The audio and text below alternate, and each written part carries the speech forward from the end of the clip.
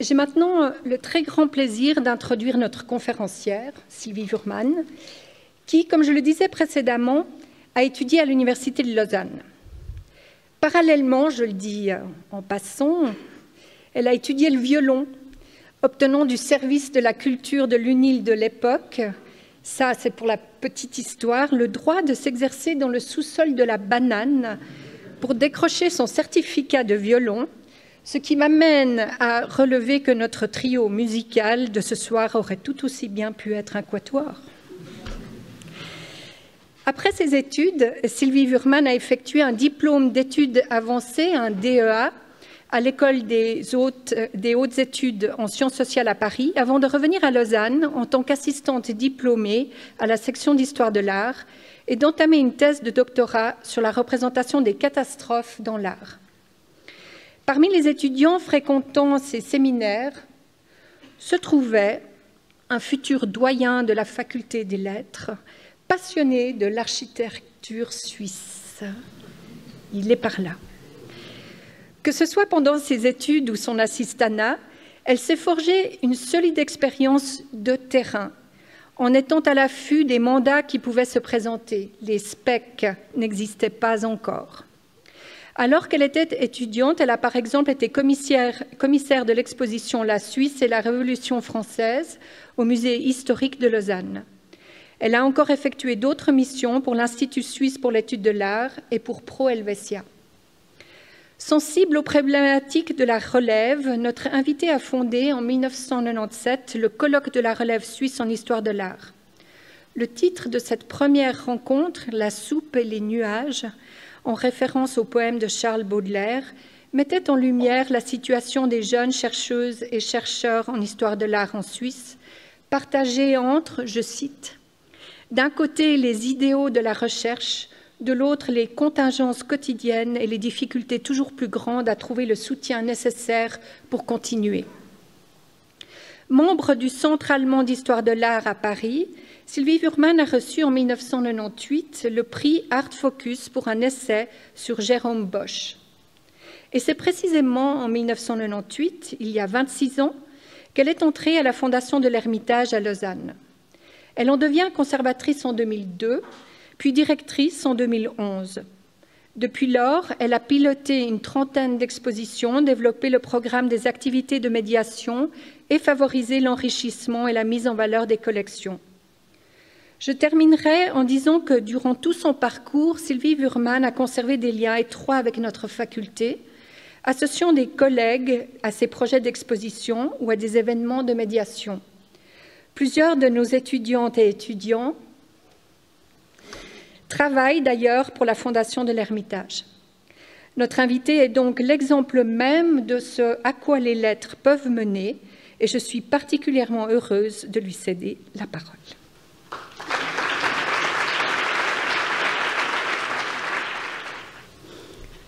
Madame la doyenne, chère Danielle, chères étudiantes, chers étudiants, mesdames et messieurs, c'est un honneur et une joie de prendre la parole à l'occasion de la cérémonie d'ouverture des cours de l'année académique et je vous remercie vivement de votre invitation. J'aimerais vous parler ce soir d'un musée qui m'est cher, la Fondation de l'Ermitage à Lausanne, qui fête cette année ses 40 ans, ses 40 ans d'activité et c'est l'occasion de revenir sur quelques moments forts de la vie de l'institution au cours des 4 décennies écoulées et d'évoquer des enjeux actuels. C'est en effet le 15 juin 1984 que la Fondation de l'Ermitage a ouvert ses portes au public en présentant une exposition intitulée « L'impressionnisme dans les collections romandes ». Visitée par plus de 170 000 personnes, cette manifestation inaugurait avec force la nouvelle destinée de la belle demeure construite au milieu du XIXe siècle par Charles-Juste Bugnon, banquier lausannois, au cœur de la vaste campagne de l'Ermitage. Grâce à la générosité et à la détermination de ses descendantes et descendants, fédérés autour du docteur Michel Bugnon, qui en 1976 ont fait don à la ville de Lausanne de la demeure et d'une partie du parc qui l'entoure, grâce aussi à l'implication de la ville dans la conduite des travaux de rénovation et d'aménagement en musée de l'ancienne demeure familiale, grâce enfin à l'engagement de nombreuses donatrices et donateurs, mécènes et sponsors, Un lieu culturel nouveau allait dès lors s'épanouir dans une fondation privée. La Fondation de l'Ermitage assurait tout à la fois la programmation, le financement et le rayonnement international. 40 ans plus tard, le succès n'a pas faibli. L'engagement de la Fondation est toujours aussi intense, le partenariat avec la ville toujours aussi réjouissant et le bilan s'avère enthousiasmant. Ce sont plus de 3 millions de visiteuses et visiteurs qui, en 4 décennies, ont franchi le seuil de l'Ermitage pour y découvrir près de 100 expositions, portant pour l'essentiel sur l'art occidental du XVIe siècle à l'époque contemporaine. L'Ermitage entretient, comme on va le voir, de nombreuses et fructueuses relations avec l'Université de Lausanne. Il a en particulier suscité 2 études majeures au sein de la Faculté des Lettres. Les considérations qui vont suivre leur doivent beaucoup. La première est due au professeur François Vallotton, auquel Michel Bugnon a eu la géniale inspiration de confier en 1999 les abondantes archives familiales avant leur versement aux archives cantonales vaudoises. François Vallotton en a extrait un ouvrage fondamental, passionnant, paru en 2001, qui retrace dans le détail l'histoire de la famille Bugnon et du domaine de l'Ermitage, microcosme envisagé comme un cas exemplaire de l'histoire vaudoise depuis le début du XVIIIe siècle jusqu'à l'ouverture de la Fondation en 1984. L'historienne des monuments, Claire Huguenin, avait au préalable procédé au tri et à l'identification de ces documents, 20 mètres linéaires d'archives tout de même. Et en 2012,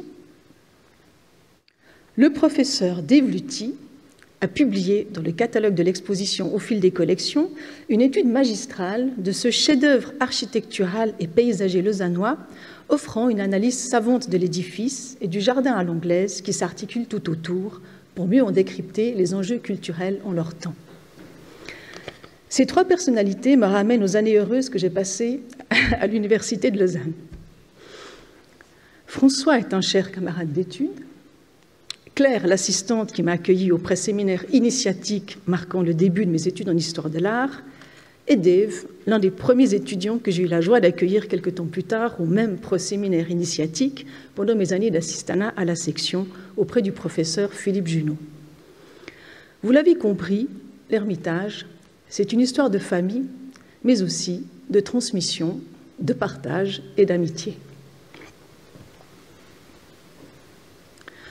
Parmi les facteurs qui ont incité Charles-Juste Bugnon à se porter acquéreur de ce domaine agricole en 1841, puis de nombreuses parcelles entourant la propriété, et parmi les raisons qui l'ont amené à y édifier cette demeure, il faut mentionner en premier lieu le panorama exceptionnel que le site de l'Ermitage, au pied de la colline de Sauvablin, offre sur la cité, le Léman et les Alpes. Un panorama souvent représenté par les artistes, et notamment par Camille Corot dans la première moitié du XIXe siècle.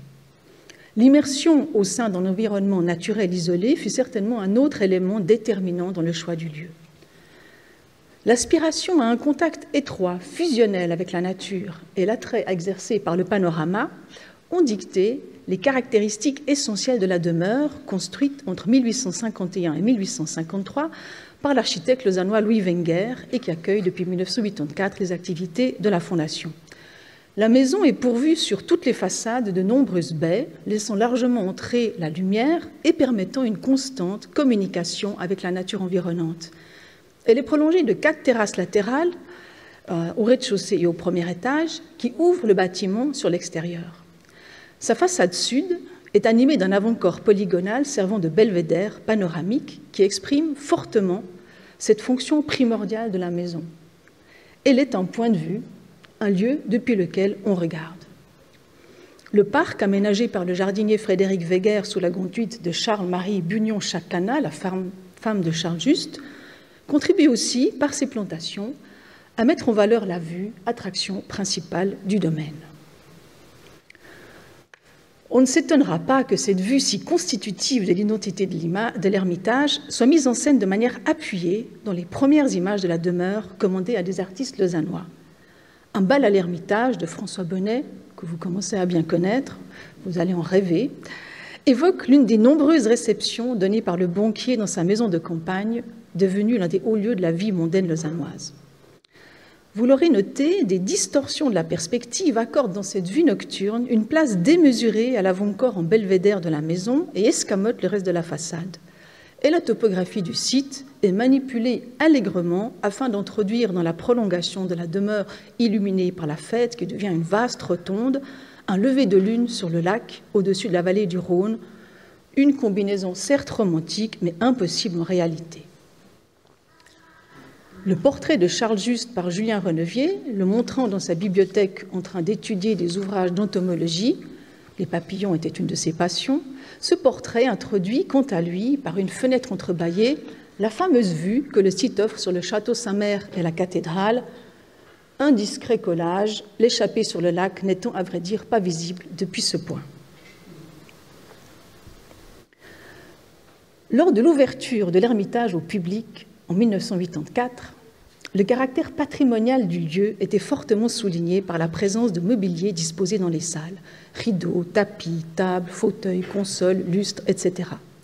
Même si ce mobilier, à quelques exceptions près, n'était pas celui de l'Ermitage, devenu très hétéroclite au fil des générations. Ces éléments ont progressivement disparu, tout comme les bâtons de porte, ne laissant plus depuis une trentaine d'années que l'architecture et ses éléments fixes d'ornementation et quelques rares pièces de mobilier d'origine. Les interventions muséographiques se sont faites aussi discrètes que possible afin d'éviter de brusquer l'architecture et ses espaces intimes. Souvent, la couleur des murs est le seul changement visible d'une exposition à l'autre. Au début des années 2000, la Fondation s'est dotée de plusieurs extensions rendues indispensables par le développement de ses activités. Un pavillon d'accueil à l'est du bâtiment principal, un pavillon prolongeant le café-restaurant situé dans la fabrique décorative du parc, une construction de style néogothique qui abritait autrefois l'orangerie et le pigeonnier, ainsi qu'une extension souterraine comprenant une galerie et une salle d'exposition, et des dépôts pour les collections en constante augmentation. Toutes ces extensions ont été conçues par le bureau d'architecture Danilo Mondada à Lausanne et financées par la Fondation, tout comme l'aménagement dans les espaces intérieurs de la ferme qui jouxte la demeure d'un atelier et d'un auditorium accueillant les activités de médiation du musée. Un mot en passant sur la collection de la Fondation, qui est riche aujourd'hui de quelques 750 œuvres et est constituée pour l'essentiel de dons, legs et dépôts. Une partie importante en est présentée en ce moment à l'occasion des 40 ans de l'Ermitage dans la galerie du musée. Tout comme la Fondation, cette collection est née sous le signe de l'impressionnisme, qui est un des axes qui la sous-tendent.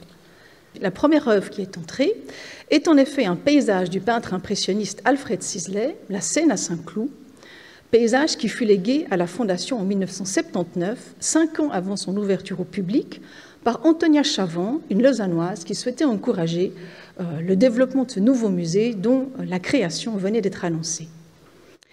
Et vous voyez à l'écran, à ses côtés, la dernière œuvre à être entrée dans les collections, qui s'inscrit elle aussi dans le sillage de l'impressionnisme. Fin 2023, nous avons en effet reçu en donation cette étude de sous-bois à la touche vibrante que le jeune Édouard Vuillard a réalisée vers 1889, au moment où ses camarades et lui créent le groupe des Nabis, un des principaux mouvements post-impressionnistes. La programmation du musée est centrée sur l'art européen au XIXe et dans la première moitié du XXe siècle. Un choix lié à la personnalité des directions successives, mais aussi au fait que les espaces de cette demeure de 1850 offrent une correspondance évidente avec des œuvres conçues pour des espaces privés assez similaires, en quelque sorte, leur milieu naturel. Les activités de recherche que nous menons dans le cadre de ces expositions, Daniel le soulignait, font régulièrement appel aux grandes compétences des spécialistes de l'UNIL et des universités romandes, que ce soit pour des commissariats, des textes de catalogue, des conférences, des colloques ou des discussions plus ponctuelles sur des œuvres ou des problématiques liées au projet. La programmation suit les axes classiques des expositions d'art, avec des expositions monographiques, d'autres centrées sur un mouvement ou une période, et des présentations de collections publiques ou privées. Depuis une dizaine d'années, nous avons développé un axe thématique et nous proposons des expositions transversales courant sur plusieurs siècles et mêlant de nombreux formats et médiums différents. Ces expositions, qui sont très passionnantes à construire, ont toujours pour point de départ une œuvre de notre collection. La première, organisée en 2013 en partenariat avec le Museo Cantonale d'Arte et Museo d'Arte de Lugano, portait sur le thème de la fenêtre de la Renaissance à l'époque contemporaine. L'œuvre lausannoise qu'elle mettait à l'honneur, vous l'avez deviné, était bien sûr La Maison, première œuvre de toutes nos expositions, qui joue des perspectives avec ses nombreuses fenêtres sur le parc et sa vue plongeante sur le spectacle lémanique. Faisons écho aux propos un peu provocateurs de Pierre Bonnard, un grand peintre de la fenêtre, qui était du reste représenté dans cette exposition avec plusieurs tableaux. Je le cite, « Ce qu'il y a de mieux dans les musées, ce sont les fenêtres ». D'autres expositions thématiques ont suivi. Pastel, qui racontait l'histoire de ce médium fascinant que sont les crayons de couleur, rassemblant des œuvres du XVIe au XXIe siècle, et qui s'articulait autour des danseuses d'Edgar Degas, un pastel que nous avons reçu en legs en 1998. Puis nous avons proposé l'exposition Ombre, où un autoportrait d'Henri Fontaine-Latour, des collections de l'Ermitage, accueillait dans la première salle le public au milieu d'effigies d'artistes en clair-obscur. La large ouverture chronologique et le caractère interdisciplinaire de ces expositions thématiques, qui touchent à de nombreux champs, nous permettent aussi d'enrichir le programme de médiation en construisant des partenariats très stimulants avec d'autres institutions culturelles lausannoises. L'exposition Ombre a ainsi suscité, entre autres, une rétrospective sur l'ombre au cinéma à la Cinémathèque suisse, en partenariat également avec l'UNIL et la section d'histoire esthétique du cinéma. La même exposition a accueilli La Voix de l'ombre, un spectacle autour de la caverne de Platon, créé et mis en scène par Omar Porras, directeur du théâtre Kléber-Mello, dans l'auditorium de la Fondation. L'ouverture et l'accessibilité du musée à tous les publics sont en effet aujourd'hui un objectif majeur de la Fondation de l'Ermitage. Les expositions sont accompagnées d'un très riche programme de médiation culturelle permettant d'approfondir les sujets abordés et mettant en lien les publics à travers de multiples activités créatives, pédagogiques et interactives. Ce programme est renouvelé à chaque exposition par l'équipe de médiation du musée. À côté des visites et ateliers pour les écoles, pour le jeune public, selon différentes tranches d'âge, pour les familles, pour les visiteuses et visiteurs individuels, etc., d'autres formes d'approche sont proposées depuis quelques années qui permettent de découvrir l'art, le musée et les expositions sous de nouveaux angles et sont conçues en collaboration avec des artistes et avec diverses associations. En voici quelques exemples. Les ateliers Philo-musée, destinés à tous les publics, réalisés avec l'association Je pense donc c'est chouette, qui propose une initiation ludique à la philosophie à partir des œuvres des expositions.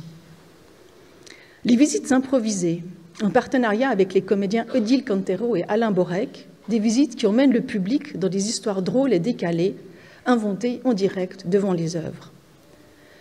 Les visites de bouche à oreille, en partenariat avec l'association L'Art d'Inclure, conçue pour les personnes en situation de handicap visuel et agrémentée de supports tactiles et sonores. Ces visites sont créées et données par Federica Vermeau, qui est chargée de médiation à la Fondation de l'Ermitage et qui est aussi assistante à la section d'histoire de l'art de l'Université de Lausanne. Les performances réalisées par la chorégraphe et danseuse Cindy Van Acker, où l'artiste dialogue avec les œuvres de l'exposition et transpose les émotions sous-jacentes aux œuvres dans un autre espace temporel et imaginaire. Les stages de plusieurs jours proposés pendant les vacances aux enfants, en collaboration avec des créatrices et créateurs, cet automne ce sera l'artiste Vincent Colère. Lors de l'immersion qui en résulte, les enfants découvrent l'univers de cet artiste, mais aussi celui du musée dont ils visitent les différents départements. Ils sont initiés à une technique, cette année ce sera la sculpture en béton, et réalisent un travail créatif qui est présenté à l'issue du stage lors d'un petit vernissage. Nous avons lancé aussi plusieurs projets visant spécifiquement à renforcer la participation culturelle, à inviter les publics les plus diversifiés à fréquenter l'institution et contribuer à ce que le plus grand nombre puisse se confronter à la culture, à titre individuel ou collectif, et se sentir inclus et concernés par les activités du musée.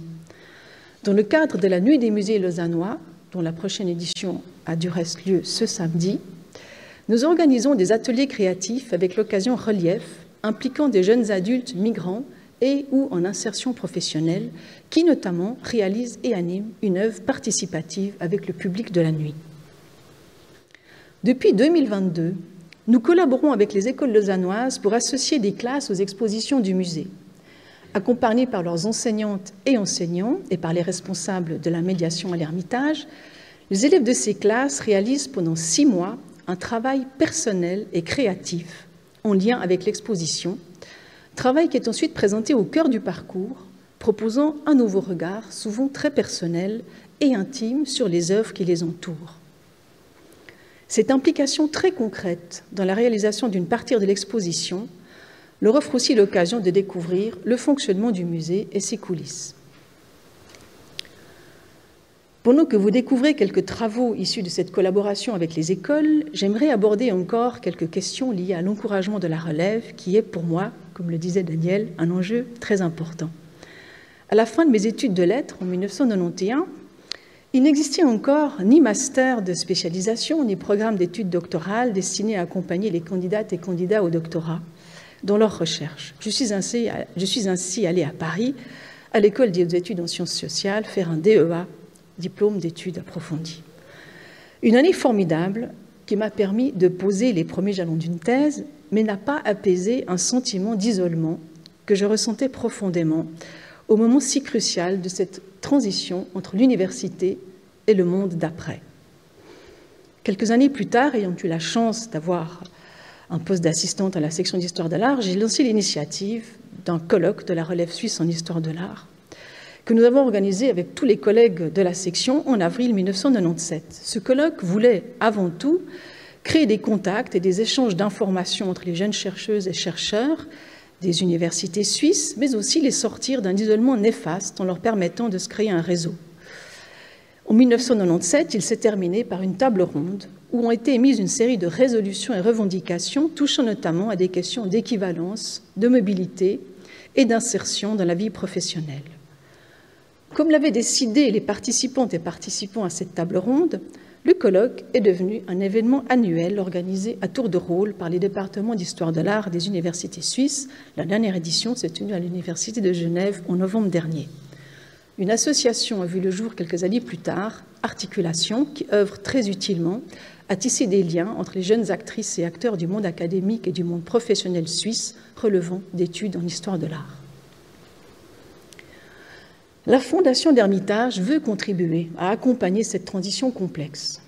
L'équipe des personnes chargées de l'accueil du musée, à l'entrée du musée, est pour l'essentiel recrutée parmi les étudiantes et étudiants de la faculté des lettres de l'UNIL, tel le quatuor de choc qui la compose en ce moment, très engagé, Florine Carte, Aloïse Christen, Mona De Palma et Robin Loretan.